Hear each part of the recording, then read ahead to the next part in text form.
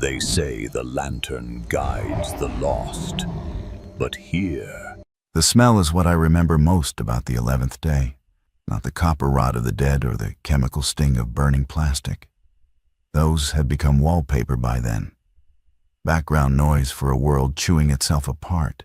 No, it was the smell of wet earth. Cold, mineral-rich, ancient. The kind of soil that hasn't seen sunlight in decades. I was on my hands and knees in a drainage ditch outside what used to be the Clarksburg, Virginia Medical Center, north-central West Virginia. And my fingers had just scraped against something that wasn't rock, wasn't root, wasn't pipe. It was steel, flat, painted, deliberately buried steel. And in that moment, everything I thought I understood about the next 48 hours of my life collapsed and rearranged itself around a rectangle of metal, no bigger than a kitchen table. I should back up. My name is Nora Gensler. I'm 41 years old. Before all of this, I was an insurance adjuster for a regional carrier out of Morgantown. I assessed property damage. Hail, flood, fire, the occasional meth lab. I was not a survivalist. I did not own a go bag. I had never fired a weapon. What I did have was an exhaustive, professionally honed talent for noticing when something about a structure didn't match the paperwork. That instinct is the only reason I'm alive. 11 days earlier, I'd been sitting in a Wendy's drive-thru on Route 19 when a woman in a hospital gown sprinted across 4 lanes of traffic and threw herself onto the hood of a Subaru 2 cars ahead of me. She wasn't screaming. That was the part nobody in that line of cars was ready for. She was silent, and her mouth was working against the windshield like she was trying to eat the glass. The driver, a man in a ball cap, punched the accelerator and she rolled off. She hit the pavement face first, stood up without using her hands, and turned toward my car with eyes that looked like they'd been boiled. I drove over a curb, through a Valvoline parking lot, and onto the highway going the wrong direction. I did not go home. I did not call my sister. I drove for 6 hours until the gas light came on, and I coasted into a Sheetz station outside Buckhannon that was already dark and emptied. Those first 4 days don't matter in the way you'd think. I moved. I hid. I found food in places no one thinks to look. Vending machine service closets, church pantry annexes, daycare kitchens. I slept in attics. I watched from windows. I saw what the infected were becoming, and I stopped pretending they were sick people. By day 4, they moved in clusters. By day 6, the clusters had directionality. By day 8, they weren't wandering anymore. On day 9, I fell in with a man named Curtis Proctor outside a Tractor Supply store in Jane Lou. He was 63, former Army Corps of Engineers, bad knee, calm hands. He had a Dodge Ram with a half tank and a .30-30 lever action. He hadn't fired yet. He didn't want to lead. I didn't want to follow. We agreed on geography. High ground, rural, away from any population cluster over 500, and drove south toward the VA complex because Curtis said there would be medical supplies and the building had a generator bay. He was right about the generator, wrong about the medical supplies. The VA had been stripped clean days ago. What it still had was a perimeter. Chain link topped with concertina wire, overgrown but intact.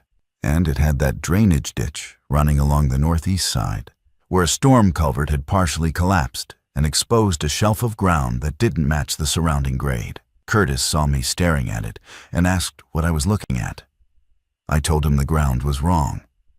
The fill pattern didn't match the drainage slope. Someone had excavated here, deep and precise, and then restored the surface to look natural. But the compaction layers were off. I could see it in the way the rain erosion had cut differently through the replaced soil versus the native clay. He looked at me like I'd started speaking a different language. 20 minutes of digging with a tire iron and a garden spade from the maintenance shed, and my knuckle rang against that steel plate. We cleared another 2 feet of soil. Beneath it was a hatch. Military spec, with a recessed wheel lock and stenciled markings I couldn't read in the fading light. Curtis could read them. He went quiet for a long time. "That's a FEMA continuity designation," he said. "This isn't VA. This is federal. And it's not on any map I've ever seen." We didn't open it that night. Curtis insisted we secure the surface first. His phrase, not mine. And the military grammar of it reminded me that I was partnered with someone who understood things I didn't. We dragged a section of chain-link fencing over the exposed hatch, covered it with loose brush, and retreated to the second floor of the VA's administrative wing, where we'd already broken a window for access. I slept in a records room on a pile of manila folders. Curtis didn't sleep at all. He sat in a chair by the hallway door with a 30-30 across his knees and his eyes on the stairwell. Around 3 in the morning, I woke to a sound I hadn't heard before, a kind of rhythmic tapping, dozens of individual impacts, not quite synchronized, coming from the ground floor. I crawled to the hallway. Curtis was already there, pressed against the wall, one finger raised. We listened. The tapping moved through the building like a slow tide, east to west, then stopped, then started again. This time, with a vocal component, not speech, not moaning. A rapid clicking from the back of the throat, like someone trying to clear a blockage, but layered. Multiple voices producing the same sound at slightly different intervals. Curtis mouthed 2 words. "They're searching." We stayed frozen for 40 minutes. The sounds migrated out through the west corridor and faded. When dawn came, we looked out the window and saw them. A group of 9, moving single file along the drainage ditch in the exact path we'd walked the evening before. They paused at the spot where we'd dug. One of them crouched and placed both palms flat on the disturbed soil. Then they moved on, heading south in that unsettling coordinated gait. "They're following scent," I said. "No," Curtis said. "They're following disturbance, the soil displacement. They can feel it." I didn't argue. I'd spent a career reading landscapes for inconsistency, and it had never occurred to me that something else might be doing the same thing. We waited until midday, watched the perimeter for 2 hours with no movement, then went back to the hatch. In daylight, the stenciled markings were clear, a serial designation, a Department of Defense logistics code, and the words Emergency Continuity Facility. Do not excavate. Authorization required. The wheel lock was stiff but not rusted. Curtis put his weight into it, and it turned with a groan that made my teeth ache. Beneath the hatch was a vertical shaft, a steel ladder descending into darkness. The air that rose from it was cool, dry, and carried a faint electrical smell, like ozone. Curtis produced a flashlight from his coat pocket, clicked it on, and pointed it down. The shaft went at least 30 feet before the light found a concrete floor. "I'll go first," he said. Not heroism. Sequence. He was the one with the rifle. I followed him down. The rungs were solid, evenly spaced, military-grade aluminum. At the bottom, we stood in a small antechamber, 8 feet square. Poured concrete walls, a single blast door with a mechanical lever handle. No electronics on this side, no keypad, no card reader. Just leverage. Curtis pulled the lever. The door unsealed with a hiss that told me the chamber beyond was still pressurized, still airtight, still functioning. What we found on the other side was not a bunker in the way I'd imagined bunkers. Cots and canned goods and a hand-crank radio. This was an operational facility. The corridor beyond the blast door stretched 60 feet, lined with conduit and low-wattage emergency lighting that was still active, powered by something deeper in the structure. The air was climate-controlled. I could feel the faint push of ventilation from ceiling registers. There were 4 rooms branching off the main corridor, a communications suite with 2 radio consoles and a bank of dead monitors, a medical bay with a surgical table and sealed supply cabinets, a bunk room with 8 beds still made with military corners, and a command center with a large plotting table, wall-mounted maps behind plexiglass, and a filing cabinet that was padlocked. Curtis stood in the command center and turned in a slow circle. "This was never decommissioned," he said. "They just buried it and walked away. I opened the medical bay cabinets. Surgical kits, antibiotics in sealed foil, IV bags with expiration dates still 2 years out, enough to supply a small field hospital. I felt something I hadn't felt in 11 days. Not hope exactly, but the specific relief of encountering competence. Someone had built this place to function without oversight, without resupply, without anyone remembering it existed. And it had kept its promise to the empty dark for what looked like decades. "Nora," Curtis said from the command center, "come look at this." He'd gotten the padlock off the filing cabinet. Inside were documents. Not digital, not printed, but typed on a manual typewriter. Dozens of pages. Logistics plans, communication protocols, chain of command diagrams for a continuity of government scenario. And beneath all of it, a hand-drawn schematic of the facility that showed something the physical space hadn't revealed yet. A second level, deeper, accessible through a sealed hatch in the floor of the communications room. We looked at each other across the plotting table, and I understood that we had found something that was both gift and problem. A place this prepared doesn't stay empty by accident. We spent the rest of that first day inventorying the upper level and arguing about the lower one. Curtis wanted to open the second hatch immediately. I wanted to establish the upper level as livable first. Secure the entry shaft, test the radios, catalog the medical supplies, understand the ventilation system. My reasoning was practical. If something below was dangerous, I wanted a functional retreat above. His reasoning was also practical. If something below was still powered, it was drawing energy from somewhere. And that source determined whether the lights above our heads would last hours or years. We compromised. I worked the upper level while he studied the second hatch. The communications suite had 2 shortwave radios. One a standard military set, the other something I didn't recognize. Heavier, with frequency markings that didn't correspond to any band I'd seen on civilian equipment. Curtis identified it as a UHF command net transceiver, part of the Cold War continuity of government communication backbone. He said facilities like this were seeded across Appalachia in the late 1950s and early 1960s, designed to maintain executive authority in the event of nuclear exchange. Most were decommissioned in the 1990s. This one, apparently, had been forgotten or hidden. I got the standard shortwave powered up. The batteries were dead, but the facility had a hand-crank generator. A beautiful piece of engineering bolted to the floor of the comm room, connected to a distribution panel that could charge any system in the upper level. 15 minutes of cranking gave me enough juice to scan frequencies. What I heard was fragmentary. A woman's voice on 7.245 megahertz, repeating coordinates and the word sanctuary in a flat Midwestern accent.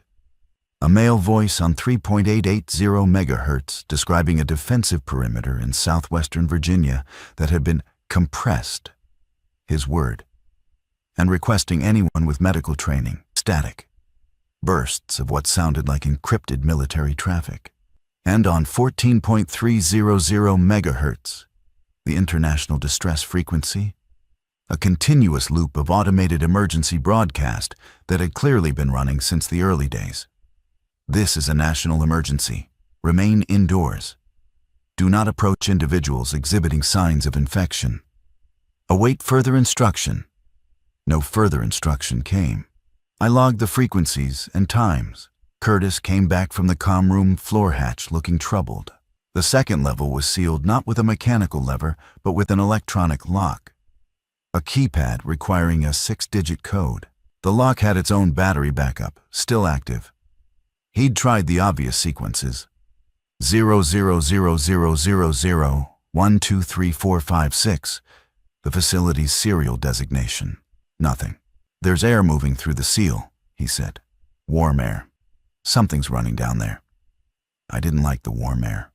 Everything else in this facility was cool and dry. Warm meant active process, mechanical, biological, electrical. Warm meant something was working. We agreed to leave the lower level alone until we'd stabilize the upper one. That evening, I cooked the first hot meal either of us had eaten in over a week. Canned beef stew heated on a propane burner from the medical bay's emergency kit. We sat in the bunk room and ate in silence for a while. The concrete walls dampened all sound from above. We could have been anywhere. We could have been nowhere. "You have anyone?" Curtis asked, the first personal question he'd posed since we'd met. "A sister in Fairmont. 2 nephews." I set my spoon down. I tried her phone for 3 days. Nothing. She might have gotten out. She might have. I didn't say what we both understood. That Fairmont sat on I-79, one of the primary evacuation corridors, and that evacuation corridors had become slaughter corridors by day 3. Curtis told me about his wife, Ellen, who had died of pancreatic cancer in 2021. He told me about it the way engineers tell you about structural failures, with precision, with respect for the forces involved, without self-pity. He said the grief had flattened him for 2 years and then reconstituted him into someone who didn't need much from the world. He said that quality was serving him well now. I asked him what he thought the infected were. "Doesn't matter what they are," he said. "Matters what they do. And what they do is converge." He was right. In 11 days, I'd watched them evolve from chaotic individual aggression to something coordinated. They weren't a swarm exactly. A swarm implies a central signal. They were more like a murmuration, each unit responding to local information but producing collective behavior that looked designed. And the collective behavior was increasingly about finding occupied structures. "This place is airtight," I said. "Below grade. No thermal signature, no sound leakage, no light. Which means if they haven't found it in 50 years, they won't find it now," Curtis said. I wanted to believe that. But I'd spent 20 years of my professional life watching people underestimate what weather, time, and pressure could do to the things they'd built. Everything fails eventually.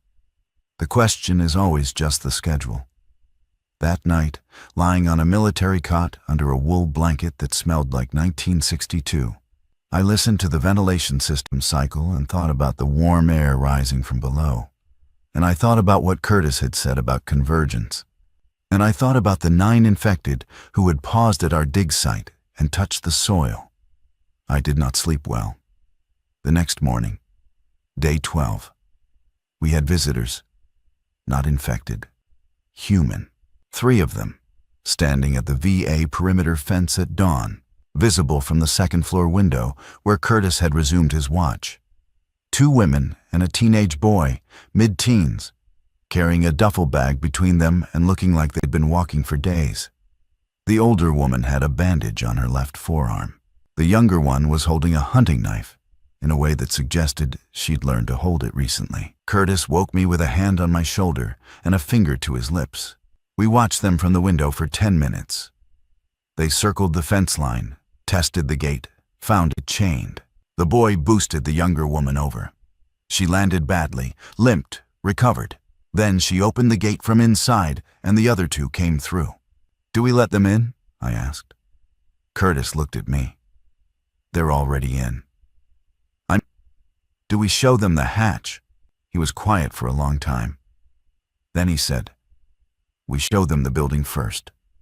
We learn who they are. The hatch is ours until we decide otherwise." We came down the stairs with our hands visible. Curtis left the rifle in the records room. A decision I questioned at the time and later recognized as the reason the next 5 minutes went the way they did, instead of some worse way. The older woman saw us and immediately put herself between us and the boy. The younger woman raised the knife. Nobody spoke for what felt like a full minute. "I'm Nora," I said. "This is Curtis. We've been here 2 days. The building is mostly empty, but it's secure. Are any of you hurt?" The older woman's name was Marguerite Bosch. She was 56, a middle school science teacher from Elkins. The younger woman was Dana Reeves, 28, who'd been a bartender at a Chili's off Route 33 and had the compact, coiled energy of someone who'd been underestimated her entire life. The boy was Liam Bosch, Marguerite's grandson, 15, who had not spoken since day 5. The bandage on Marguerite's forearm covered a laceration from a car accident, not a bite. I checked it. Clean, healing, no inflammation. She let me examine it without flinching and then asked if we had water. We had water. The VA's main supply had been shut off, but the facility below, I didn't mention it yet, had a hand pump well that drew from an underground aquifer. Curtis and I had been hauling water up the shaft in a bucket. I gave them water from our stores and told them it came from a utility room. Over the next hour, seated in the VA cafeteria with the doors barricaded, they told us their story. They'd been part of a group of 11 that had sheltered in the Elkins Community Center for the first week. On day 7, an infected had gotten inside through a basement window, not by breaking it, but by lying motionless outside it for 14 hours until a child opened the shade and unlatched the window, thinking the body was dead. 3 people died in the next 90 seconds. The remaining 8 scattered. Marguerite, Donna, and Liam had stayed together and walked south, sleeping in cars, eating what they found. The others? I asked. Dana shook her head. Not a no, a door closing. Liam sat in the corner of the cafeteria with his arms around his knees. Marguerite watched him with the specific exhaustion of someone who has been carrying a grief she cannot put down and cannot fix. I recognized it. I'd seen it in claims offices after floods, the look of someone whose loss is ongoing, not past. Curtis and I stepped into the hallway. We have to tell them, I said. 5 people, 8 beds, medical supplies, sealed air. This is exactly what that space was built for. It was built for federal continuity personnel, not civilians. Curtis, there is no federal continuity. There's us. He rubbed his jaw. The boy isn't speaking. What happened at that community center? Someone he knew died in front of him. Probably. If we take them underground, he's going to feel buried, not safe, entombed. I hadn't thought of that. Curtis had. For a man who presented as pure logistics, he carried an awareness of psychological architecture that kept surprising me. We told them that evening. Dana's reaction was immediate and physical. She wanted to see it now. Marguerite's was cautious. She asked about air quality, about exits, about what happened if the hatch was blocked from above. Liam looked at the hallway floor and said nothing. We descended as a group. I went first this time. When Marguerite reached the bottom and saw the corridor, the lighting, the medical bay, she put her hand against the concrete wall and closed her eyes. "Oh, it's real," she said. She said it like a prayer. 3 days passed in something that resembled, if you squinted, normalcy. Marguerite organized the medical bay with the systematic focus of a science teacher building a lab. Every supply cataloged, every cabinet labeled, every expiration date recorded in a notebook she'd started carrying. Dana took ownership of the communications suite, cycling through frequencies with a discipline that surprised me, logging every transmission, building a picture of what was still functioning in the region. Curtis split his time between surface watches and studying the sealed lower hatch, which had become his quiet obsession. And Liam began to talk. Not to us, not at first. He talked to the facility. I would find him in the corridor, running his hand along the conduit, whispering. In the bunk room, lying on his back, narrating something to the ceiling. On the 3rd day, I was in the medical bay repackaging antibiotic doses when I heard his voice from the comm room. Clear and distinct. They're not stupid. Everyone thinks they're stupid, but they're not. I walked to the doorway. He was sitting in front of the shortwave, headphones around his neck, staring at the dead monitors. Liam? He looked at me without the glazed distance I'd come to expect. His eyes were focused, present. At the community center, he said. The one that came in. It didn't just wait for the window. It watched us through the glass for 2 days before it stopped moving. It was learning our schedule. I sat down across from him. You saw it watching? I saw it blink. Everyone said the dead ones don't blink. But it was blinking. Slow, like it was thinking. And then it stopped blinking and went still. And everyone thought it died out there. But it didn't die. It just decided to look dead.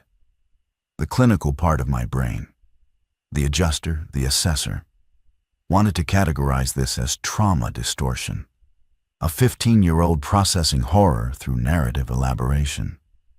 But the rest of my brain, the part that had spent 11 days watching these things evolve, listened very carefully. "Did you tell anyone before it got in?" "I told my mom." A pause.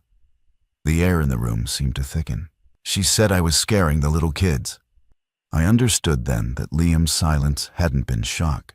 It had been the specific withdrawal of someone who possessed critical information, delivered it, was dismissed, and then watched the dismissal cost lives.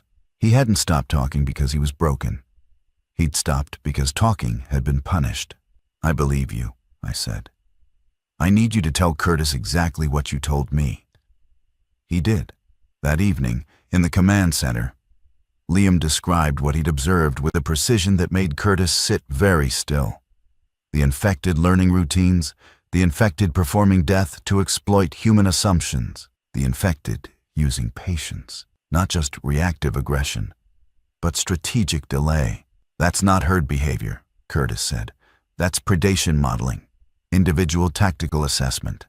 "They're hunters," Liam said, "not zombies. Everyone keeps calling them zombies, but that's not what they are. Zombies are stupid, and these aren't." Dana, leaning against the doorway with her arms crossed, said, "So what do we call them? Does it matter?" Marguerite asked. "It matters," Curtis said, "because the name determines the assumption, and the assumption determines the mistake. If you call them zombies, you expect them to lumber at you, and you prepare for that. If you call them hunters, you expect ambush tactics, and you prepare differently." He looked at Liam. "From now on, in this group, we call them hunters, and we prepare accordingly." That night, I rewrote our surface protocol. No more predictable watch schedules. No more fixed position observation.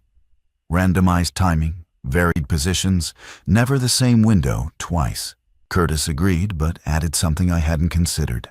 "We need to vary the hatch usage too. Same time every day, the thermal differential when we open it creates a pattern.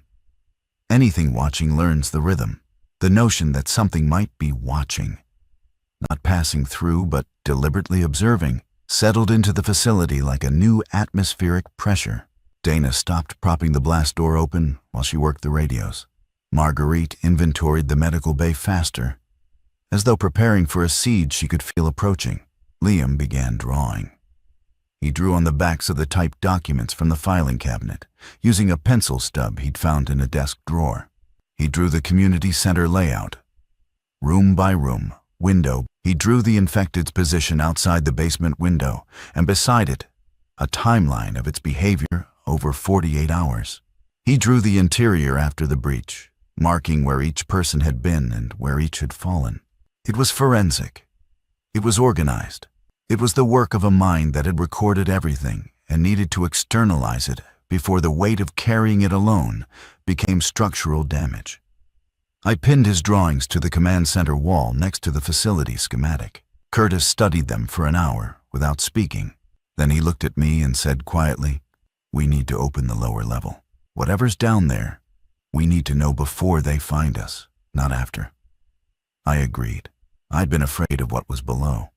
But Liam had taught me something. The thing you refuse to look at is the thing that's already watching you. Curtis had been working on the keypad lock for 3 days.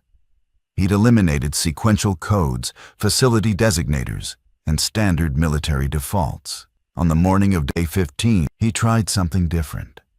He pulled the typed documents from the filing cabinet and read every page, looking for any 6-digit sequence embedded in the text. On the 4th page of a logistics protocol, he found a requisition number, 483071, listed beside an entry for Sub-Level Environmental Maintenance System Annual Certification. He punched it in. The lock clicked. The hatch released with a pressurized sigh that smelled like warm copper and something organic I couldn't name. We descended together. Curtis first with the rifle and flashlight, me behind him. Dana at the top of the ladder with instructions to seal the hatch and not reopen it for 2 hours if she heard anything wrong. Marguerite stayed with Liam in the bunk room. He'd asked not to go. I respected that. The lower level was different, where the upper facility was utilitarian and military. Hard angles, bare concrete, functional lighting. The sub-level was insulated. The walls were lined with a rubberized material I'd never seen. The floor was softer, some kind of composite. The lighting was amber instead of white, and it pulsed faintly, not flickering, but cycling in a slow rhythm that took me a moment to recognize.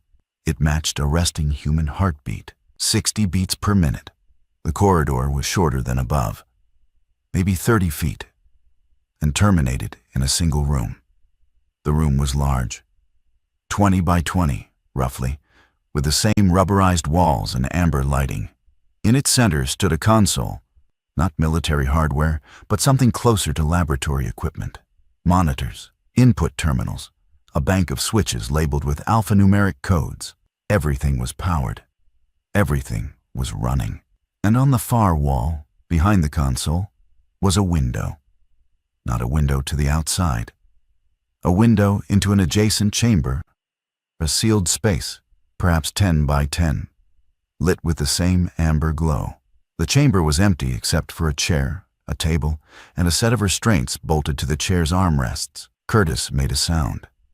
Not a word, a sound.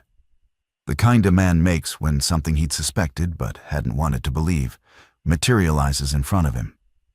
This was a research station, he said, not continuity of government. Behavioral research.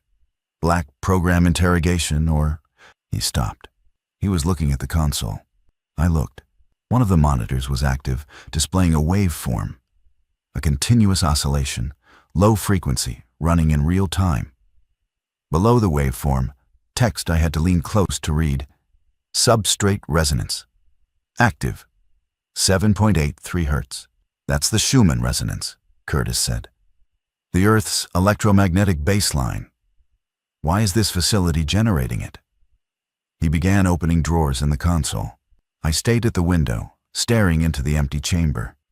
The restraints on the chair were worn smooth from use. Not rusted, worn. The leather was compressed and darkened in the shapes of wrists, of forearms. Someone had been held in that chair recently enough for the material to retain the impression. Or someone had been held there many times over many years. In the third drawer, Curtis found a logbook, not typed, handwritten in a tight, controlled script. He read the first entry aloud. Day 1. Subject responsive to baseline frequency modulation. Agitation reduced within 4 minutes of exposure. Vocalization patterns shift from random to structured. Will increase amplitude by 0.2 Hertz increments over next 72 hours. He flipped forward. The entries spanned years. Not weeks, not months. Years of someone working down here alone, documenting experiments with frequencies and their effects on unnamed subjects. The handwriting degraded slowly across the pages, growing looser, more hurried, the language shifting from clinical precision to something stranger. One entry near the middle read, "They respond to it because they are it. The frequency is not a tool. It is the medium. We are the interference pattern." The last entry was dated 18 months ago. It read, "I have turned off containment. The resonance will propagate without the chamber." It was always going to. I was only slowing it down. Curtis closed the logbook and held it against his chest. He looked at the waveform still pulsing on the monitor. He looked at me. "This thing has been broadcasting for a year and a half," he said. "Subsonic, below human hearing, into the ground, into the water table, into everything." Broadcasting what? A signal that makes them converge. A signal that organizes them. He paused. "Nora, this isn't a bunker. This is a lighthouse. And we just walked inside it." I wanted to shut it off. The impulse was immediate and total. Find the power source, cut the connection, silence whatever this machine had been pouring into the earth for 18 months. Curtis stopped me with a hand on my arm and a single sentence. "If you turn off a lighthouse, the ships don't disappear. They just stopped knowing where the rocks are. We stood in that amber-lit room and argued in whispers, not about what the facility was. That was now grotesquely clear. A Cold War-era research installation, repurposed at some point for frequency-based behavioral experimentation. The subjects had been human, based on the restraints. The experiments had involved electromagnetic resonance at or near the Earth's natural baseline frequency. And, at some point, the last researcher had concluded that the frequency wasn't just affecting the subjects. It was the substrate of whatever the infected had become. A carrier wave, a coordination signal, an organizational backbone for a phenomenon that looked biological but operated electromagnetically. What we argued about was what to do with that knowledge. We shut it down, I said. This thing is drawing them, organizing them. Every day it runs, they get more coordinated, more effective. Or, Curtis said, every day it runs, it's the only thing giving their coordination a focal point. Turn it off, and instead of converging here, they disperse. Everywhere. Unpredictably. Right now they're moving towards something. That's at least a vector you can map. I hated that he was making sense. I hated more that I couldn't tell if he was making sense or making an argument that justified not touching something that frightened him. Curtis was brave in all the physical ways. The ladder, the hatch, the surface watches. But this was a different kind of danger. This was the danger of making an irreversible decision with incomplete information, and his engineering mind recoiled from it the way mine recoiled from heights. We ascended without resolving anything. In the command center, we told the others what we'd found. I gave them the facts. Curtis provided technical context. We were careful, precise, and honest. Dana's reaction was fury. You're telling me this place, the place where Liam sleeps, is broadcasting a come-here signal to every hunter in the region? Subsonic, Curtis said. Below perception. It's not like a siren. It's more like gravity. A pull they may not even be conscious of. I don't care if it's subliminal or screaming. You're saying they're headed this way. Not necessarily right for us. The signal propagates through the ground. It's omnidirectional but attenuated by distance and geological structure. The effective range could be miles, or it could be hundreds of miles. We don't know. So we could have every hunter in West Virginia walking toward us right now, and we wouldn't know until they arrived. Curtis didn't answer. That was the answer. Marguerite, who had been silent through the entire briefing, spoke from the doorway where she'd been standing with her hand on Liam's shoulder. The woman on the radio. The one broadcasting sanctuary coordinates. Has anyone triangulated her position? We hadn't. Dana returned to the comm suite and began working the frequencies with new urgency. Marguerite sat with Liam and spoke to him quietly. I couldn't hear the words, but I watched his posture change, his shoulders drop, his breathing slow. Whatever she was saying, it was medicine of a kind the sealed cabinets couldn't provide. I went back to the logbook. Alone, at the command table, I read the entire thing. 300 pages of handwritten entries spanning what appeared to be a decade of work. The early entries were disciplined, academic, almost boring. Frequency calibrations, equipment maintenance logs, subject behavioral baselines. The researcher. No name anywhere in the text, just I. Described the work in the language of psychoacoustics and electromagnetic biology. There were references to outside collaborators, redacted with black marker, and to a program directorate that provided funding and received quarterly reports. Midway through the logbook, the tone shifted.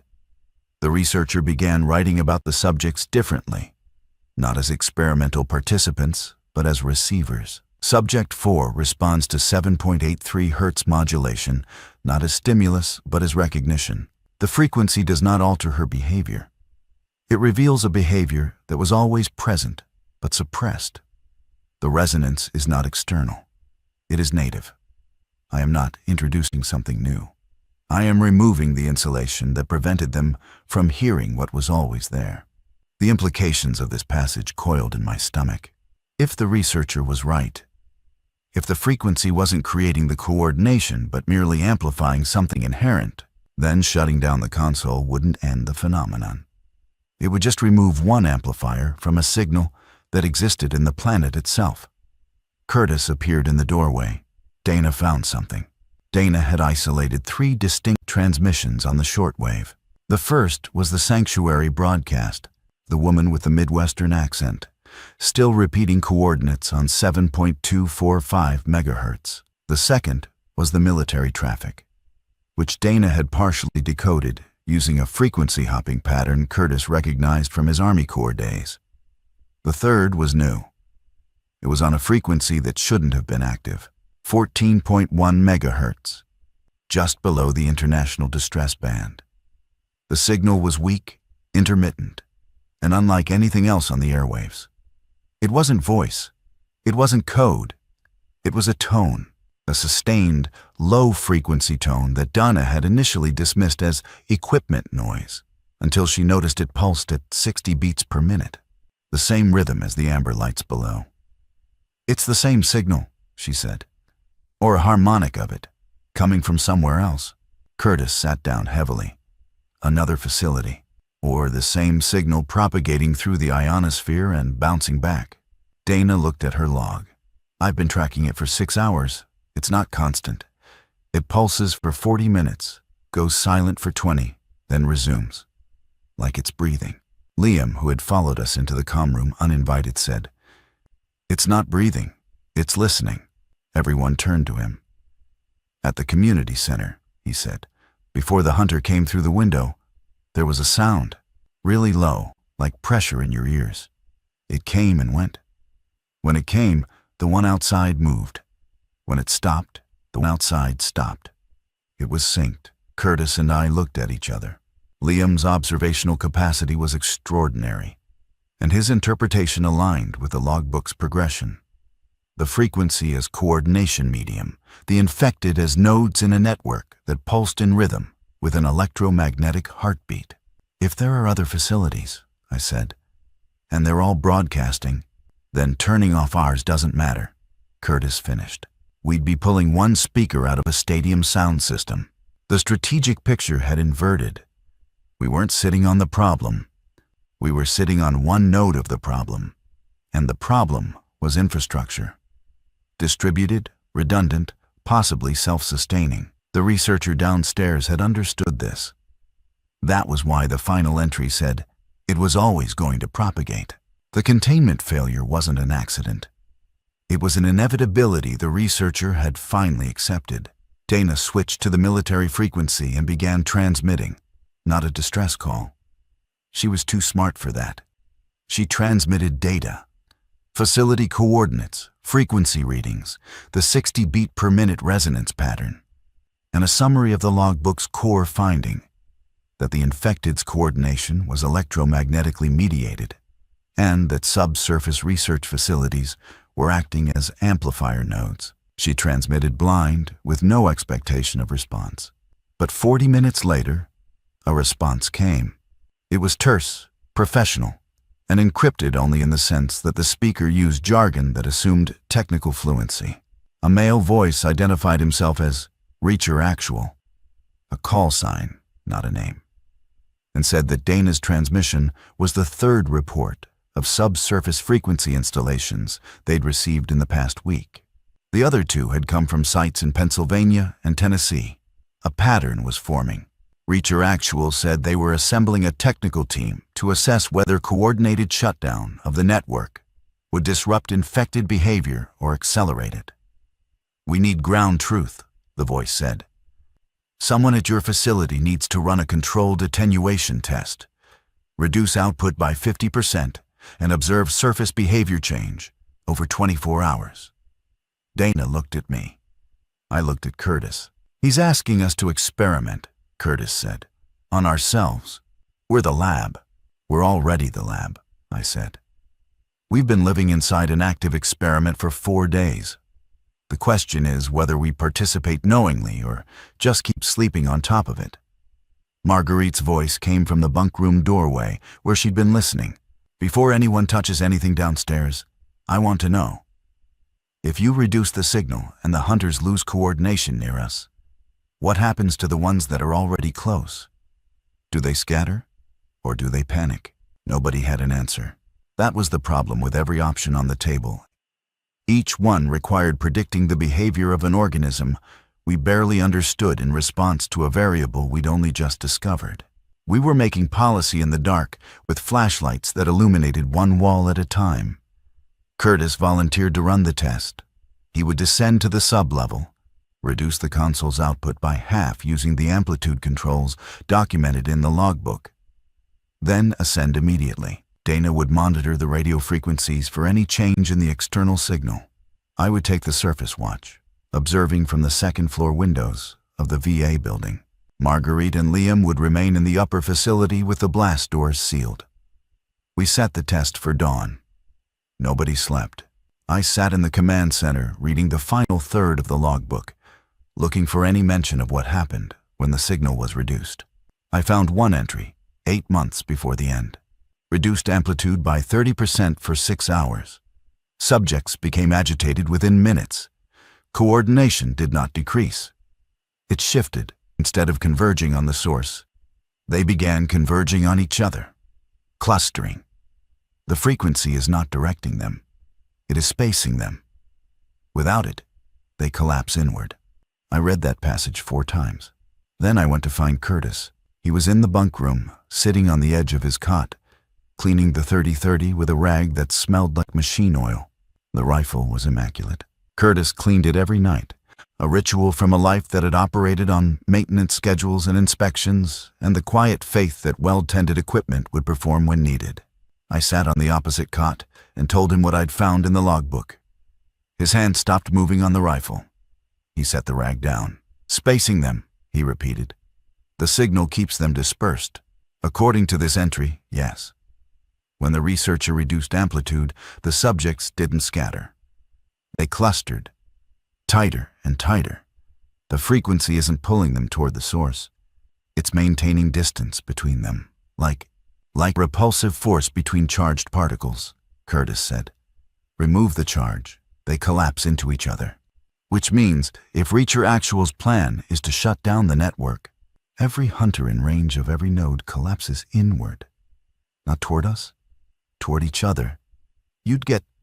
He closed his eyes, calculating. You'd get mass aggregation events. Thousands in one place. Tens of thousands. And then what? What does a cluster of 10,000 coordinated hunters do? Curtis opened his eyes. Whatever it wants. I transmitted our finding to Reacher Actual at dawn. I didn't wait for Curtis to agree. This was too urgent for consensus. I read the logbook entry verbatim, added our interpretation, and recommended that no shutdown be attempted until the clustering effect was understood. The response came faster than expected. 11 minutes. A different voice this time. Female, sharper, with the clipped cadence of someone accustomed to briefing rooms. Copy your assessment. Shutdown is not. Repeat, not. Being pursued at this time based on your data and corroborating intel from Tennessee site. New directive. Maintain current facility output. Do not attenuate. Do not amplify. Monitoring protocol to follow. We were being given orders by a command structure that existed on the other end of a radio signal, and we were following those orders because the alternative was following nothing. I recognized the psychology. It was the same mechanism that made people in disaster zones defer to anyone in a uniform. Authority fills vacuums. We were the vacuum. But Dana wasn't satisfied. She pulled me aside while Curtis returned to the surface watch. They knew, she said. Reacher Actual knew about the facilities before we reported. 3 sites, they said.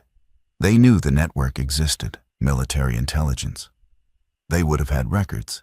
They would have built them, Nora. This is a DOD installation. Cold War Black program. Whatever this frequency research was, it was government-funded, and now the same government is telling us to babysit their machine while they figure out what to do about the monster they made. I wanted to argue with her. I couldn't. The logbook's references to a program directorate, the DOD logistics codes on the hatch, the military-grade communications equipment. The provenance was clear. Whatever had happened in the sub-level chamber, it had happened with federal authorization and federal money.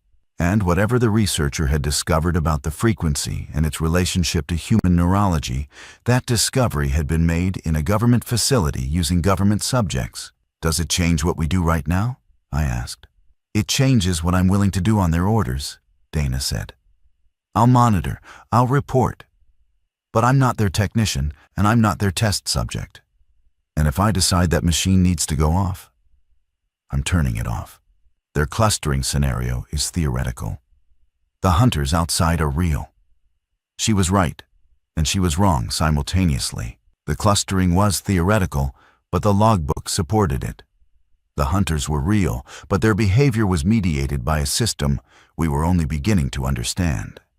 Every choice was a bet made with someone else's chips, and the stakes were lives, ours, and possibly thousands of others at other nodes in a network we couldn't see. That afternoon, Liam brought me one of his drawings. It showed the VA complex from above, a bird's eye view, accurate in proportion and detail. Around the perimeter, he'd drawn small figures, dozens of them, evenly spaced, facing inward. Each figure was identical. Each was still. And at the bottom of the page, in his careful handwriting, he'd written, "They've been here for 2 days. They're just standing in the trees." I went to the surface and looked. Liam was right. They were standing among the pines at the tree line, beyond the perimeter fence, roughly 50 yards apart, motionless, facing the VA complex. I counted 19 from the second-floor windows before I stopped counting because my hands were shaking, and accuracy was less important than the fact of them. They weren't approaching. They weren't vocalizing. They were simply present, distributed evenly around the facility like sentinels, or like iron filings aligned along invisible field lines. Curtis was already on the first floor when I came down. He'd seen them from a different angle and counted 23. "They're spaced," he said. "Look at the intervals. It's not random. They're equidistant." He was right. The distance between each figure was nearly identical, 40 to 50 feet. A geometry that required either remarkable coincidence or active coordination. They stood the way Curtis described particles in a field, positioned by a force, held in place by a force, spaced by a force. "The signal," I said. "The signal." The facility's broadcast was maintaining their distribution. We were looking at the logbook theory in real time, the frequency spacing them, preventing clustering, keeping them at a stable distance from the source and from each other. As long as the console ran, they would stand there, watching, waiting, maintained in a state of suspended convergence, like a wave that never breaks. I thought about Dana's threat to shut it off, and felt my stomach clench. We descended and briefed the group. Marguerite received the news with the still composure of someone who has already metabolized the worst and now runs on residual capacity. Dana went white, then red, then quiet, a silence more frightening than her anger. Liam looked at his drawing on the wall and added a note. "Day 15. Count 23 plus. Equidistant. Stationary." "They're not attacking," Marguerite said. "Why?" "The signal," Curtis said again. "It spaces them, maintains a perimeter but prevents convergence. They can't cluster to attack because the frequency keeps them repelled from each other. So, we're safe? We're stable. That's different from safe. Stable means the current conditions maintain a current state. Change any variable. Power failure, signal fluctuation, our own movement patterns. And stability breaks." I went to the comm suite and transmitted an update to Reacher Actual. 23 plus infected in stationary equidistant formation around the facility, spacing consistent with frequency-mediated distribution. Requesting guidance. The response took 4 hours. When it came, it was the female voice again, and her tone had changed. The clipped brevity was gone. She sounded, for the first time, uncertain. "Your observation matches Tennessee. Their perimeter count is higher, estimated 300, same spacing pattern. Pennsylvania went dark 6 hours ago. Last transmission reported perimeter compression, spacing decreasing. We are interpreting this as signal degradation at that site. If Pennsylvania's node has failed, the local field collapses and static. 15 seconds of dead air. Aggregation event. We have overflights confirming a mass cluster at the Pennsylvania coordinates. Estimated count is 12,000. They are stationary, but the cluster is tightening. We do not know what happens when compression reaches critical density. Maintain your signal output. Repeat. Maintain output. Your facility may be the only thing preventing a second aggregation event in your region. Reach your actual out. The 5 of us stood in the comm room and absorbed the arithmetic of our situation.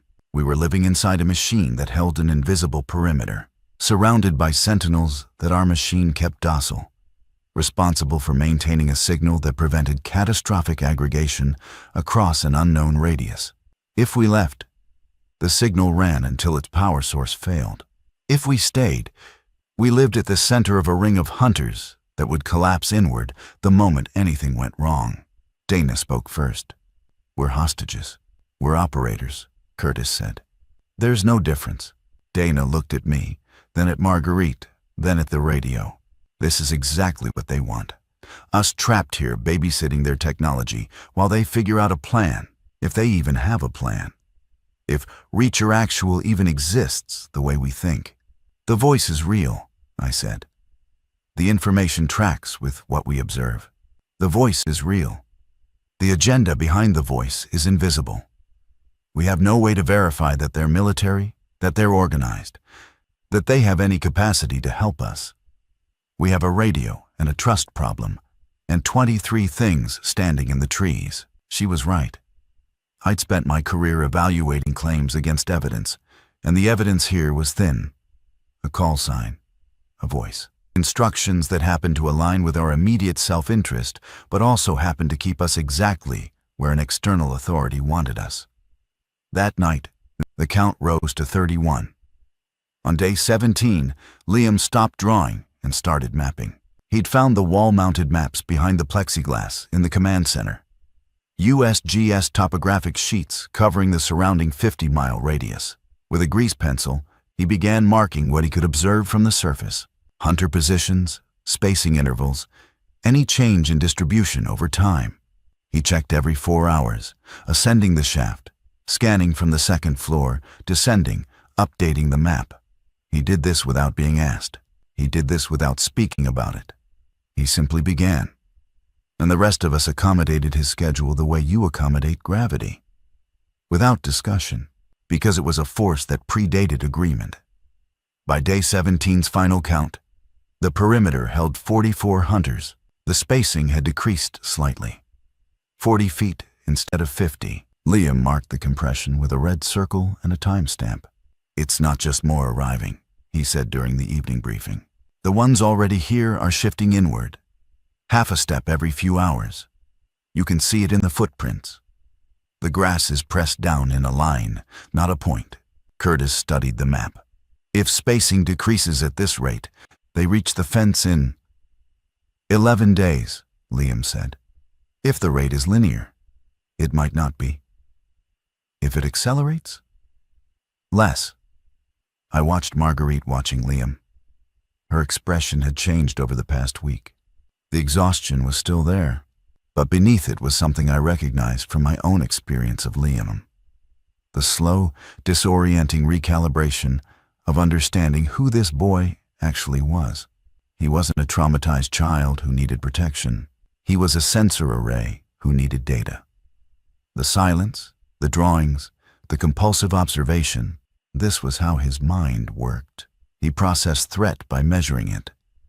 He survived horror by quantifying it. And right now, his quantification was telling us we had days, not weeks. I transmitted the compression data to Reach or Actual. No response. I transmitted again at the next scheduled window. Nothing. Dana cycled through every frequency we'd previously received responses on. Silence. Pennsylvania, Curtis said. If their node went down and created an aggregation event, Reach or Actual might have redeployed to deal with it. Or they got overrun. Or they were never what we thought they were, Dana said. We were alone again. 5 people, a machine, and a contracting circle of hunters. The safety we'd felt upon discovering the bunker, that profound relief of encountering competence engineered into concrete and steel, had corroded into something more complex. The facility worked. The facility was powerful. And the facility was the reason we were surrounded. I began to understand something about the insurance business that I'd never articulated during my career. Every policy is a bet that the thing you're insuring against is external. Fire comes from outside the house. Flood comes from outside the levee. The underwriting assumption is that danger and shelter occupy different spaces. But this facility disproved that assumption at its foundation. The danger was the shelter. The shelter was the danger. They were the same structure, the same system, the same investment. And we were the policyholders standing in the living room while the walls explained, patiently and without malice, that they had never been on our side. On the morning of day 18, I made a decision without consulting the group. I descended to the sublevel alone, sat at the console, and opened the logbook to the page I'd bookmarked 3 days earlier. The entry read, "Amplitude reduction causes clustering. Amplitude increase causes dispersal.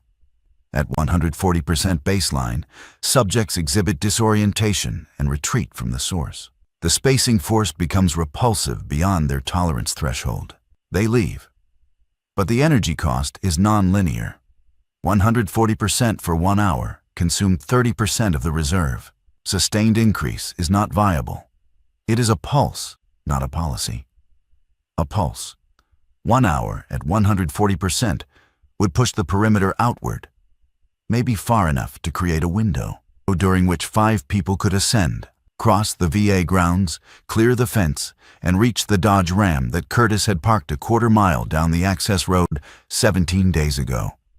I calculated. 1 hour, 5 people, quarter mile. It was possible. It was not safe. But Liam's map said the alternative was a perimeter that reached the hatch in 11 days. Or fewer. I went upstairs and called a meeting. I laid it out without preamble. The logbook entry, the 140% pulse, the window, the truck. Curtis understood the engineering immediately. The reserve power. What's it running on? The logbook mentions a radioisotope thermoelectric generator, an RTG, same technology as deep space probes. It'll run for decades at baseline output. But high-amplitude pulses drain the thermal reserve. 1 hour at 140% is viable. 2 hours might be. 3 is a guess. And after the pulse, the signal drops back to baseline, and they return. Presumably, we'd have 1 window. 1. Dana leaned forward. Where do we go? This was the question I'd been dreading because I didn't have a clean answer. The sanctuary broadcast still looped on 7.245 megahertz. The coordinates pointed to a location in central Virginia, approximately 300 miles southeast. 300 miles through territory we couldn't assess. In a vehicle we weren't certain would start, with fuel we hadn't measured. The truck might not run, Curtis said. It's been sitting for 17 days in variable temperature. Battery could be dead. Then we walk miles with a 15-year-old and a 63-year-old with a bad knee. Curtis wasn't being dismissive. He was being precise. What's the alternative to the sanctuary coordinates? Reacher Actual gave us nothing actionable before they went silent. The military traffic is encrypted beyond what we can decode. The sanctuary broadcast is the only open signal offering a destination. And it could be anything, Dana said. A trap. An automated loop from a dead transmitter. A lie. Yes. Marguerite, who had been listening from the bunk room doorway. Her constant position, I'd noticed, always at a threshold, never fully inside the room where decisions were made. Stepped forward. Liam and I will go wherever this group goes. But I want to understand something. If we leave, the machine runs at baseline until the RTG degrades. The perimeter reforms around an empty facility.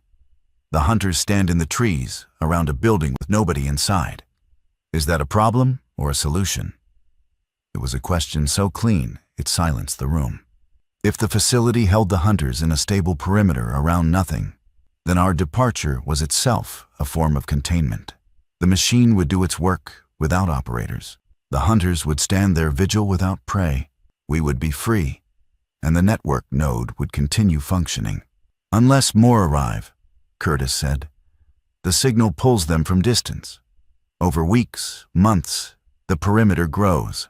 At some point, the spacing force can't compensate for the density and Pennsylvania scenario happens here, Dana finished. Mass aggregation. But that's months away. Maybe longer. And we'd be gone. Is it ethical? Marguerite asked. Leaving a machine running that we know attracts them? We'd be maintaining the trap without being in it. I didn't have an answer. Neither did anyone else. The morality of the situation was as tangled as the physics, each option defensible, each option dangerous, each option carrying consequences we couldn't calculate for people we'd never meet. We were making decisions that would ripple outward through a system we barely understood, and the only certainty was that inaction was also a choice with consequences. Curtis broke the silence. I'll go to the truck tonight. Surface run, 2 hours, check the battery and fuel. If the vehicle is viable, we plan the pulse. If it's not, Larry, we reassess. Alone, I said. Alone is one thermal signature. 5 is a beacon. The hunters are stationary. The signal holds them. The signal holds them in formation. It doesn't make them blind. I'll go at 0300 when ambient temperature drops enough to reduce my thermal differential. He went. I stood at the second-floor window and watched him move across the VA grounds, slow, deliberate, staying low, using the drainage ditch for cover. A 63-year-old man with a bad knee, moving through the dark toward a truck that might be a coffin or a lifeboat, surrounded by 44 figures standing in the trees like a congregation waiting for a service that had been postponed indefinitely. He was gone for 3 hours. When he returned, his face told the story before his mouth did. Half tank, batteries alive, tires are sound. He paused in the blast door threshold, breathing hard, his bad knee clearly screaming. And the count is up. I saw at least 60 from the road. The outer ring has grown. The spacing is tighter. Liam updated the map without being asked. He drew the new ring, calculated the new intervals, and looked at us with eyes that were 15 years old and 1,000 years tired. We have maybe 6 days, he said. Not 11. We spent day 19 preparing. Curtis drew the route from the VA complex to the truck, identifying 3 segments. The open ground from the hatch to the perimeter fence, 200 yards. The fence itself, chain link, climbable but slow, with Marguerite's arm and Curtis's knee as rate-limiting factors, and the access road to the truck, 1/4 mile, paved, exposed. Total transit time at a realistic pace with our group, 22 minutes. The pulse would give us 60. The margin was survivable if nothing went wrong. Dana packed the essential supplies into 4 loads of water, medical kit, ammunition, the logbook. I argued for the logbook. She argued against the weight. I won by pointing out that everything we'd learned about the frequency network existed only in that handwritten record, and that its intelligence value to any surviving authority could determine whether the aggregation events were preventable. You're thinking like an insurance adjuster, Dana said. I'm thinking like someone who assesses risk for a living. The logbook is evidence. Evidence. She gave me a look that contained layers, irritation, respect, and something close to affection that neither of us had vocabulary for. Dana and I had never had a conversation that wasn't operational. We didn't talk about before. We didn't share memories or fears. We existed together in the continuous present tense of survival, and our relationship was built entirely on the quality of each other's decisions. In that economy, she'd come to trust me. I'd come to trust her. It wasn't friendship. It was something more honest. Liam prepared his own pack. The maps, his drawings, 2 pencils, and a compass he'd found in the command center desk. Marguerite told him to leave the drawings. He refused, quietly and completely, and she didn't push. That evening, I descended to the sub-level one last time to prepare the pulse. The console's amplitude controls were clearly labeled. The researcher had been meticulous in documentation, as though anticipating that someone else would eventually sit in this chair and need to understand. I set the parameters: 140% baseline amplitude, 60-minute duration, automatic return to baseline at termination. The system would execute on a timer I set for 0300. I sat in the amber light and looked at the observation window, at the empty chamber with its worn restraints. The researcher had sat here for years, watching subjects respond to frequencies, documenting the architecture of a phenomenon that would eventually swallow the world. Had they known? The logbook suggested an evolving awareness of clinical distance, giving way to existential comprehension, the slow horror of understanding that your work wasn't studying the problem, but building its infrastructure. I thought about insurance again, about the fundamental fraud at the heart of the industry, the promise that loss can be transferred, that risk can be distributed, that someone else will bear the cost. It was never true. Loss can be documented, risk can be measured, but the cost is always borne by whoever is standing in the building when it fails, and the buildings always fail.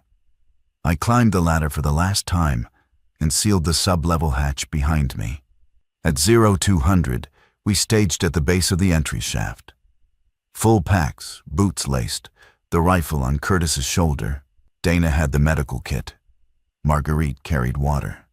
Liam carried the maps and logbook in a frame pack. I carried the remaining food and the handheld radio Dana had liberated from the comm suite, tuned to 7.245 megahertz. At 0250, we climbed the shaft and waited at the surface hatch. At 0300, the pulse began. We couldn't hear it. 7.83 hertz is far below human auditory range. But we felt it. A pressure change. A subsonic tremor that vibrated in the chest cavity and behind the eyes. The steel hatch hummed under my palms.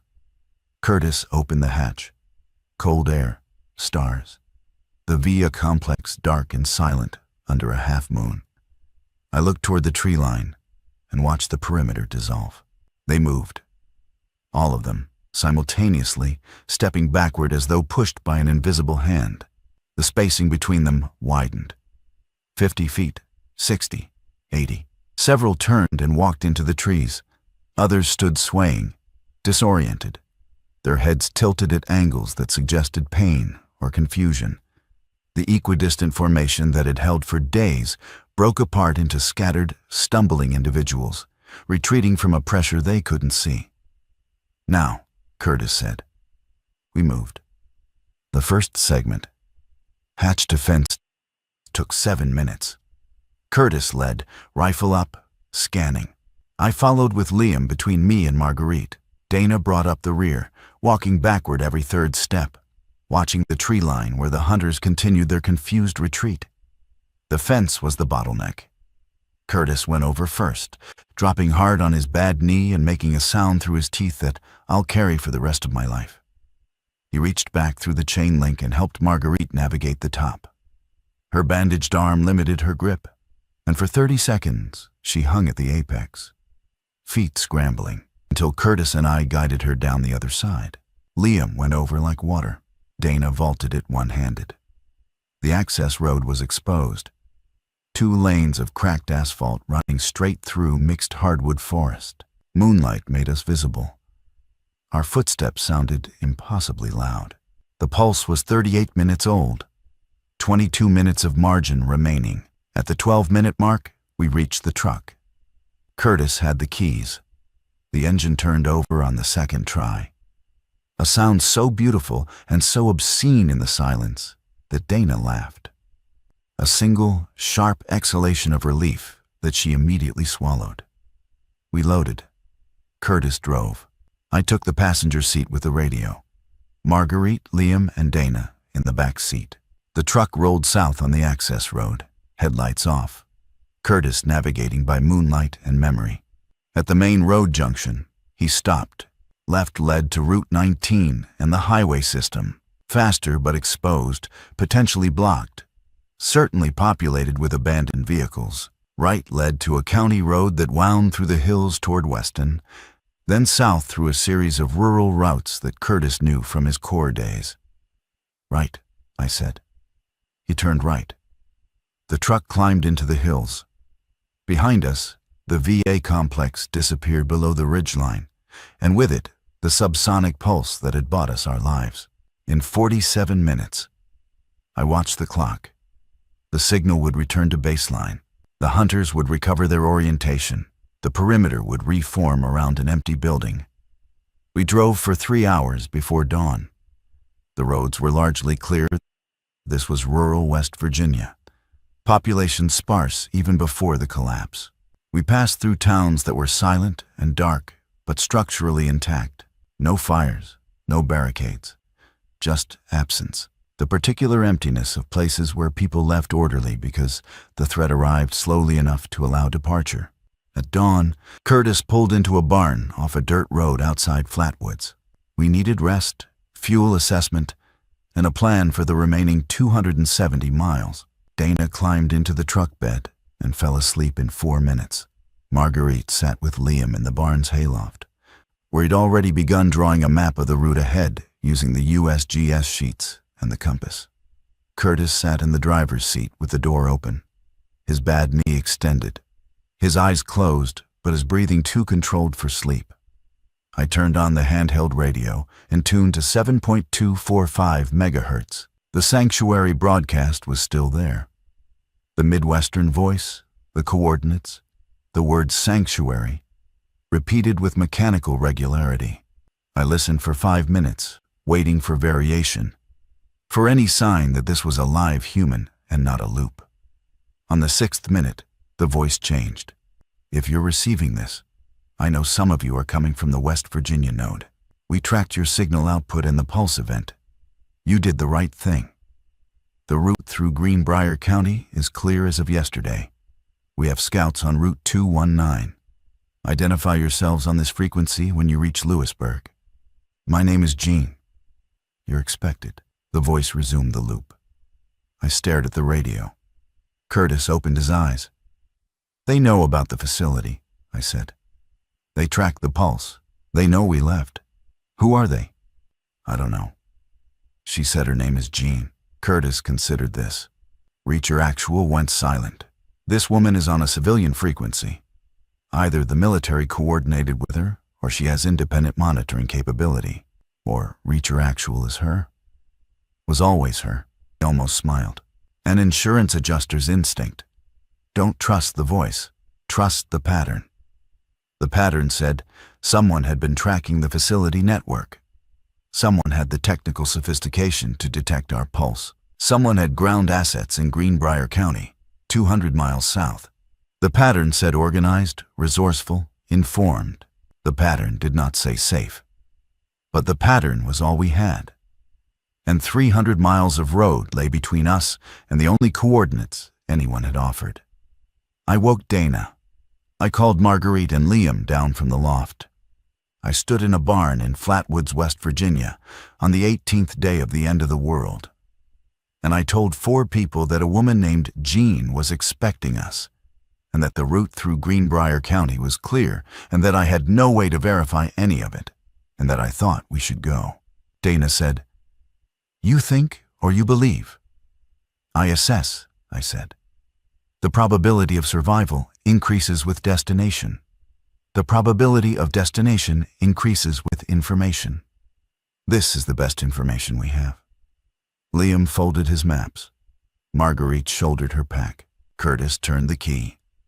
We drove south into a morning that was cold and bright and empty of everything except the road and the 5 of us, and the quiet arithmetic of distance, fuel, and faith. The road to Lewisburg took 2 days. We slept in shifts, drove on fumes, and passed through valleys so silent I could hear Curtis's knee clicking when he shifted gears. On Route 219, a woman in a hunting jacket stepped out of the tree line and raised a hand. Not a weapon, not a flag, just a hand. She said, Jean sent me. The sanctuary was a repurposed agricultural college outside Caldwell. 37 people, solar power, a functioning well, and a radio operator named Jean Atchison, who had been a NOAA atmospheric scientist before the outbreak. She'd identified the frequency network independently through ionospheric monitoring and had been tracking node activity for weeks. She was the one who'd fed Reacher Actual, a National Guard unit in Maryland. The technical framework they'd repeated back to us. The military hadn't understood what they were relaying. Jean had. I gave her the logbook. She read it in one sitting and didn't speak for an hour afterward. We stayed, not because it was safe. Nothing was safe, and I'd stopped believing in safety the way I'd stopped believing in comprehensive coverage and lifetime warranties. We stayed because Jean needed the logbook interpreted, and I needed a function beyond flight. Curtis repaired fences. Dana ran communications. Liam mapped the county. Marguerite planted a garden. I think about the bunker sometimes. The amber light, the pulse, the sentinels in the trees. I think about the researcher who sat in that chair for a decade and wrote the truth in longhand because no one was coming to read it. Someone came. It just wasn't who they expected. It was an insurance adjuster from Morgantown who knew how to read the ground. Some buildings outlive their blueprints. So did we.